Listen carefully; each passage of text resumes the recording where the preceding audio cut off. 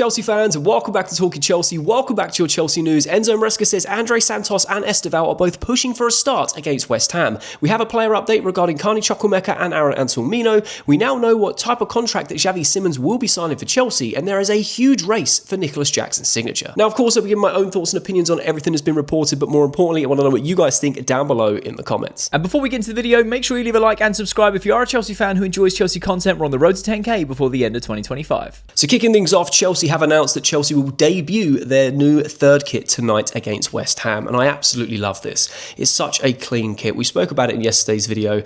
It's going to obviously have the Club World Cup Champions badge on it. Still don't really know how I feel about it, whether I'm for it, whether I'm against it. I feel like the Club World Cup Champions badge is a little too big, in my opinion, but hey, it looks clean regardless, and seeing all the players wearing it will be unbelievable. We've also had some other news regarding this season's Nike collaborations with Chelsea kits. Footy Headlines has reported that Nike to bring back the old logo and grey and orange for Chelsea 2026 collection. It's inspired by Chelsea's kit from 94 to 96 and will include pre-match and training shirts, a lifestyle collection, and possibly an anthem jacket, but not a kit.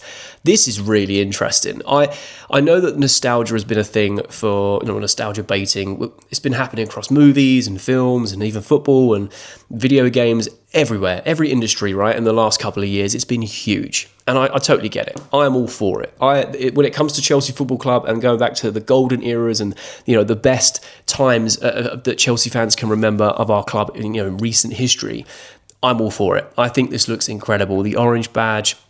There's so many classic kits as well. I remember my dad I had as a kid growing up, but obviously I outgrew, but I've even gone and purchased those as an adult because I just remember the memories that were attached with it. It takes you back to another time. So this is very interesting that Nike are going down this retro route with Chelsea, because I feel like we could all agree that Nike's kits haven't been the best in terms of the collaborations we've had. A lot of fans, myself included, much rather the Adidas style kits that we had over a long period of time. However, I do really like what Nike are doing with the retro stuff, because that's going to really get people on board. I'm not saying Nike have all had like terrible kits with Chelsea, but they've just not been the best. They could have been better, or they were too simple, or people really didn't like the designs. It's one of those things. But I do think going down the retro route and what they've done with this third kit, if they can continue doing that and expand in ranges, unbelievable. Chelsea have reported what Enzo Maresca has said on Andrey Santos. He says, "I'm very happy with Andrey and very happy with Andrey staying here with us. He could play in Enzo Fernandez's position for sure. He could play in Moises Caicedo's position for sure. He played one game from the start in the Club World Cup against Palmeiras, and he was very good as a number 6. So the good thing is he can play in both positions very good." Now, I'm going to be honest, there's a lot of Chelsea fans after Enzo Fernandez sort of subpar or average performance against Crystal Palace have been calling for Andrey Santos to start against West Ham. And do you know what? I would be very eager to see Andrey Santos start. I feel like it's the right type of game for him to get a start. I'm not saying that I've completely given up on Enzo. I absolutely love him as a player. He's one of my favourite players at Chelsea currently. But I feel like Santos from the start against West Ham could be very, very interesting. That South American grit, that pressing, the breaking up the play, driving the ball forward, being able to distribute the ball. This is going to be a big season for him. We know that Enzo Maresca is going to rotate a lot of players in a lot of games because we have the squad depth and we have the squad to rotate. And I feel like we could do that. It'd be very interesting because Santos and Enzo are, similar in ways, but very different in others. And I feel like Santos could bring something very, very different from the start of the game. And then if you bring Enzo on, second half substitute, or even vice versa, right, you're going to get a completely different dynamic depending on how each player is deployed. We know that Enzo played almost in like the upper right-hand side, like them sort of pockets, half spaces against Palace, and it just really didn't work for him. Whether that was because it was the mid or low block that Palace were playing, he looked a bit leggy, a bit lethargic, he looked stuck in the mud a little bit at times. So I don't know whether he's tired, whether it was just the game, I don't really know, but it'd be very interesting to see how Enzo Maresca utilises Andrey Santos, and I feel like he is pushing for a start. He's a very, very good player. We all know this, and it would just be very interesting to see him start against West Ham and just kind of see him get his Premier League full start and see how he does. Kieran Gill asked Enzo Maresca, could Estevao start versus West Ham? And Maresca said this: "He needs a path. He is very young, so we have to be careful. He can be an option from the start for sure. After the Palace performance, we will decide." Now, I'll tell you what, we know how frightening, exciting Estevao is as a Chelsea player and the very short minutes, the amount of minutes he's had since the pre-season games and against Palace. But he's the type of player that takes a game by the scruff of the neck. We know that, right? I would love to see him start against West Ham. I think it's, again, a perfect type of game to start Estevao. I think a lot of concerns for Chelsea fans is he going to be physically strong enough to deal with the physicality of the Premier League? And I feel like he absolutely blew those sort of questions out of the way when he came on against Palace. No problem with the physicality, no problem with the pressing and tracking back, no problem with getting stuck in with them slide tackles, taking a tactical yellow card for the team because Palace were on the break. I think he's more than ready. This guy is fantastic. I do agree with Maresca in a sense that we do have to be very careful. He is very young. We have to ease him in. We have to rotate him right. We've got a lot of competitions to play. But we have, obviously, Palace and then West Ham, and I believe it's Brentford, Fulham. I always get the next few games mixed up, but then we have a break for international break, right? And then we've got another load of games as well. So I feel like these 3 games, obviously we need points on the board. Don't get me wrong, we need points on the board. And obviously we've got 1 against Palace, but we need maximum points in the next 2 games. I also feel like these 2 games are where we can really rotate and experiment a little bit more rather than later in the season, where I feel like rotations are going to be more down to form and injury basis rather than, well, as well as opponents and who we're facing, of course. That's always going to be a factor of the way Enzo Maresca sets this team up. But I feel like in these opening 3 games, we can really play around with who's starting and who's playing where. I would love to see Estevao start against West Ham. I'd love to see Andrey Santos starting against West Ham. I feel like that would just give us a completely different dynamic. But what we saw in pre-season across those 2 games when the minutes were shared is when we took players off and they were replaced like for like or with another player that can play that position, the performance didn't drop. It was consistent. We battled and challenged to the end of each game. Even against Palace, we still did that. So it'll be very interesting to see what happens and who starts. Will Estevao, will Santos start? Let me know your thoughts and opinions down below in the comments. Do you feel like they should be starting against West Ham? Is it the right type of game for them to be starting tonight? Or would you still bring them off the bench and give Enzo and maybe Pedro Neto the starting positions for this game? The Independent reported what Maresca said around the rotation between Pedro and Delap depending on the game plan. Maresca said Joao, probably in the small spaces, gives us more than Liam. Liam probably gives us a bit more in terms of physicality and runs in behind. It will depend on the game plan that we have. I find this very interesting and I think it's factually spot on. I think that's why we've got such a nice versatility when it comes to that number 9 position. You've got Delap, who's more of a traditional number 9, very physical, can make them runs into the channels, hold up plays very decent, natural finisher. We've seen from the training, he's a natural finisher. And I feel like Maresca's spot on, the runs in behind, run off the shoulder, back into the centre backs. Love that. Joao Pedro, very technical in them tight spaces. He's there to get through low blocks. We've seen it a few times already in a Chelsea shirt, the goals that he's scoring with the runs that he makes. They're just very different players. And I feel like in hindsight, when we look at the Palace game, we probably should have started with Delap over Joao Pedro, even though it probably made more sense in terms of on paper, tactically, that Joao Pedro is there to unlock the low block. But we've got a very different side of that forward play when Delap came on. And again, I feel like the West Ham game is perfect for Delap to get that start, because from what I've noticed from West Ham and what a lot of West Ham fans have been saying under Potter is at the start of the game, they will press high. They will really try and take the game to you. Now, we are away. I expect that anyway, being the away team from the first 5-10 minutes, that West Ham are going to put the pressure on. They're not just going to sit back straight away.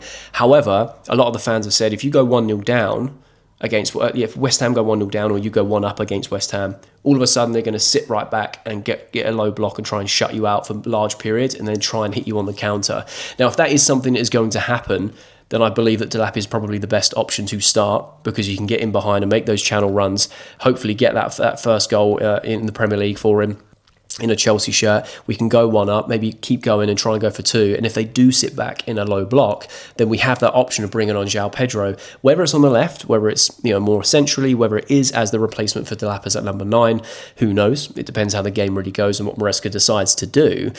But I feel like it's a very good option, because then West Ham are like, well, if we sit back, they've got technical players that can unlock us, and if we high press, they can hit us in behind with players like Delap and players out wide like Pedro Neto, like Estevao, like Gittins, that can get in behind and take on their fullbacks very, very well. So it'll be very interesting. I feel like I would personally go with Delap to start. I feel like this is the perfect game for him to do so. But I'd love to know your thoughts and opinions regarding Delap and Joao Pedro. What do you think their main qualities are? Who do you think, would be better suited in our Maresca system against a team like West Ham tonight? Like I said, I would go with Delap. I think it makes sense from the get-go.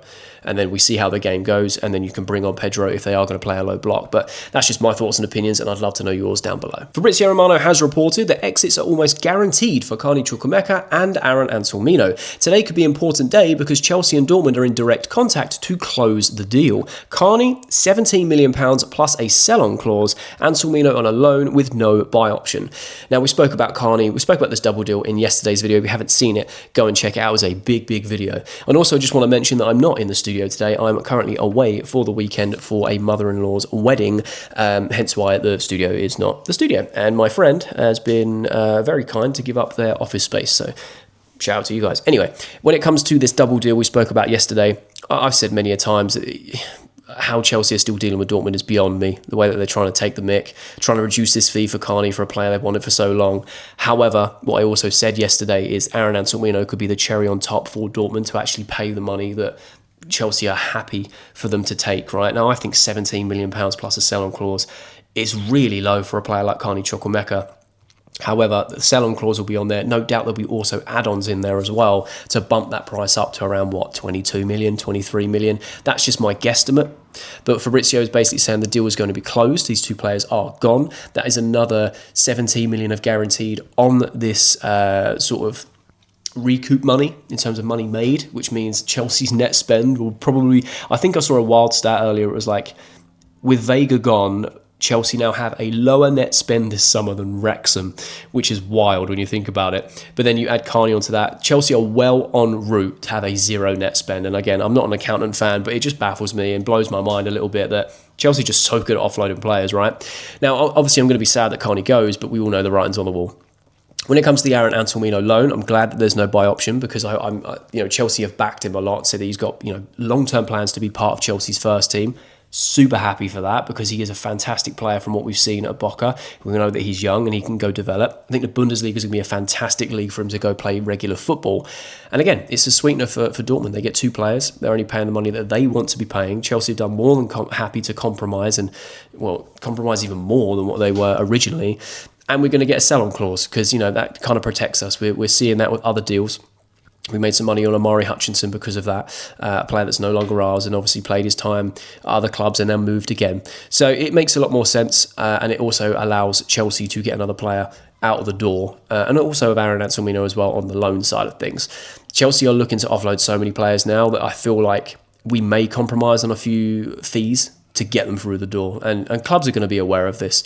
Like a lot of you guys have said in the comments as well, when it comes to German clubs, Italian clubs, normally they're just trying to haggle as much as possible. And do they have the power? Do Chelsea have the power? Let me know your thoughts down below regarding that, because I think that Chelsea have the power in terms of looking at the market and having these players. We don't need to sell, especially at this stage, because we're basically at a net zero spend. So it's not like we're in a rush to get these players out. The only players that I would say is Nkunku and Jackson. We're going to speak about Jackson in just a second because we want to bring in Xavi Simons and obviously he who should not be named on this channel as well. But I feel like we have the power in terms of looking at the market and seeing what players have gone for, and we're now in a position where we don't need to sell imminently. We've been doing it all summer and we've made our money, whereas a lot of these clubs are thinking, well, you're stockpiling players, so you need to get rid of them because you've got to meet PSR, you've got to meet UEFA rules. So I don't know who really has the power move, but I feel like Chelsea can be a lot more flexible with these clubs, and a few of these clubs are just coming in and saying, yeah, we'll pay the money. And I rate that. I respect it. That's how business should be done. A little bit of negotiations, but nothing like the Dortmund deals that have been happening. We paid so much for Jamie Gittins, and yes, I feel like he'll go on and become a really good player. But Chelsea were like, we want this, and Dortmund were like, no. And we were like, all right, cool, we'll meet you in the middle. But then on the flip side, it's been like, oh, we want this, no, we want that. Oh, okay, but we are happy to do this and make all these extra adjustments for Dortmund. So, hey, as long as it gets done, signed, sealed and delivered, Carney will be happy going to play football at a club that he enjoys being at. Dortmund get their player, and they also get an extra player of Aaron Anselmino to then have on loan and develop this season. So let me know your thoughts down below regarding this double deal. I think it's a good bit of business from Chelsea. Do you think it's a bad bit of business from Chelsea? Would you have sold Carney to another suitor knowing that Carney wanted the Dortmund deal? And do you feel like £17 million guaranteed plus a sell-on and potentially some add-ons is a good deal for Chelsea? Pletty Goal have reported that Chelsea are planning a contract until 2030 2031 for Xavi Simons. Personal terms are verbally agreed, written details set to be finalised next week. Now, this is just a very small update regarding Xavi Simons because a lot of you guys are always asking in the comments and stuff, and obviously we are waiting for the arrival of Xavi Simons. Now, again, we know this is part of a domino deal, where it's Nkunku leaves or Nicolas Jackson. Both of these players look very, very likely to be leaving this week, especially with loads of news on Nicolas Jackson we're going to speak about in a second, because there's been a lot come in this morning and late last night regarding the clubs after him, and yeah, just a status update. But with Xavi Simons, I feel like he's also going to be on a long-term deal, 30 till 2031. It's very Chelsea. Long-term deal. Don't know what the wages are. No one's really reported that. We know that he's agreed personal terms verbally, and we are literally waiting. We're just waiting for the here we go. It's pretty much a done deal. Very interesting to know what that final transfer fee will be, and of course we will find that out once obviously Nico or Nkunku do leave the club. There's just a tiny little update regarding Xavi Simons and what Plettigol has reported. Contracted till 2031. So let me know your thoughts. You feel like he would see out that contract to 2031, or will he be a player that stays for a few seasons and then moves on to another club for a bit of profit? I personally feel like Xavi Simons is being bought for the future because he's good enough now, but can also develop to become an even better player. And I feel like he's going to be so integral to be beating these low blocks and other teams that maybe set up a little bit like Palace with that mid block as well as a low block at times and really try and suffocate the midfield. He's so technically gifted. I feel like he's going to be a very good answer or a good solution to problems that can come up from oppositions this season. So very curious to know your thoughts. Late last night, Fabrizio Romano had reported that Aston Villa are pushing for Nicolas Jackson. He is a top target, also wanted by Unai Emery. They are aware of competition with several top clubs. Rahman Osman has reported that Aston Villa are pushing for Nicolas Jackson among others, but they are nowhere near figures Chelsea are asking. There are also another unnamed big club in talks. Fabrizio Romano has also reported that there is a crazy race ongoing behind the scenes for Nicolas Jackson. There are many clubs who want him. Newcastle are still there, Aston Villa, Bayern are closely monitoring, and many more. Sasha Tavaleri has reported in the coming days the goal of agent Ali Barat is to transfer Nicolas Jackson to Bayern Munich or Newcastle United. Both clubs are ready to meet players' conditions and advance negotiations with Chelsea. Now this is where it gets really interesting, because yes, we've been speaking about the exit of Nicolas Jackson for a long time now. We know that Aston Villa have been eyeing up the move. We know that originally they weren't going to be paying £60 million because of PSR, but then Chelsea was saying that they want at least a £10 million like loan fee with an obligation, and that might be a potential route, which we spoke about recently. And I feel like that could also be a way out for Nicolas Jackson to be happy and get regular football, and also a club like Aston Villa, who are struggling with PSR, to be able to get the player that they want, or what Unai Emery would love to have in his squad. I think he'll be fantastic for Villa. Newcastle, we know that they are interested purely because of the whole Alexander Isak situation. One thing I do find, or keeping an eye on and find quite interesting, is they are now adamant they're not selling Isak. So he's also adamant that he's not going to kick a ball again for Newcastle. It's a really sticky situation between player and club there, because essentially Isak is under contract. So I don't know what's going to be going on there, where it's fines, whether they're going to try and force. I mean, can you force him to play? I don't really know. I don't know what the ins and outs are. I know you can only be fined a certain amount of weeks' wages in a season or whatever, but I don't know what's going to be going on there, whether he leaves in January or whatever. However, with all of that going on, Newcastle still need a number 9 that's going to play. They still need that player. And they missed out on Sesko. They missed out on Hugo. So Nicolas Jackson's still available. Whether or not it materialises is going to be a different question. I feel like they're still monitoring, seeing what happens. Chelsea are obviously going to want at least 60, 65 million pounds. I know that we keep asking for 80, but we will accept 60 to 65. Bayern Munich does surprise me because they have Harry Kane. And I understand that Harry Kane is an ageing player, still class. He's still winning trophies over there, banging in goals for fun, because that's what he does. But Bayern Munich might be looking for the future. Also looking at the fact that Kingsley Coman has left. They were looking at Nkunku, who can play off the left. Jackson can play off the left. Wasn't really utilised that way in a Chelsea shirt, but we know that he originally started as a left winger. Obviously, he wants to be that number 9. Could be a long-term replacement for Bayern in terms of he's 24, could still develop. I think he'd do well in the Bundesliga, and he could be a potential replacement for Harry Kane. But to have Bayern monitoring the situation surprises me, but that's another club that's being added into the mix. I don't really know where Nicolas Jackson's going to end up, because when I look at all of these options, I feel like Newcastle was kind of, it depends on what happened with the Isak situation, but now that he's not going to be playing, it just becomes even more complicated, a bit, the plot thickens in that sense. Aston Villa obviously want him, but PSR struggles. Bayern Munich, are they going to come in and spend the money? Because when they were very interested in Kunku, and then all of a sudden when it got serious, they were like, oh, let's get creative. Let's do a loan that could turn into an obligation, or let's do something else. And Chelsea were like, nah, man, just run us the money. So I feel like we're past the point of Nicolas Jackson staying at Chelsea. I think Enzo Maresca has put the nail in the coffin in that. Chelsea have also been very vocal about trying to find Jackson a suitor, and Jackson hasn't said that he wants to stay. He's also made it clear that he wants to leave and be the main man somewhere else.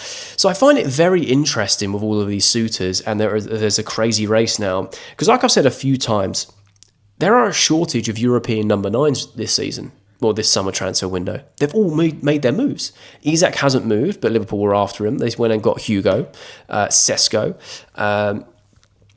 Obviously, who else is there that's available to move? Nicolas Jackson originally at the start of the window wasn't an option, now has become one. Now, saying that wherever you rank Nicolas Jackson in and amongst all the strikers that have moved is a preference, right? We know that he's a good player. We know that he can go on and develop. Discipline issues, finishing, blah, blah, blah. We spoke about it a lot of times. I feel like a lot of clubs are going to probably view it how we view, or some fans view, maybe the directors view, the player who shouldn't be named on this channel, in terms of maybe it's an environment thing. Maybe it's just a coaching issue. Maybe a change of scenery, change of league could really take Nicolas Jackson to the next level. Obviously, we've got some Italian clubs, AC Milan, Inter Milan, Juventus briefly, were interested in Nicolas Jackson. A lot of them haven't got the money, so I don't see that really being an option. So it's really between Bayern Munich, Newcastle, Aston Villa. I'll be very interested to see where he ends up, because I feel like he will be sold. It has to be sold. It has to be in a matter of days. It has to be in a matter of days to get this over the line if we really want to go get Xavi Simons and the player who shouldn't be named. But yeah, very curious to know your thoughts regarding Nicolas Jackson, because there is a crazy race for him between all these clubs, which I never thought we would have at the start of the window, if I'm being brutally honest. But hey, this is where we are right now. Where do you feel like Nicolas Jackson will end up? Do you think it will be a loan with an obligation? Do you feel like a club is going to come in with the wad of cash and run us our money?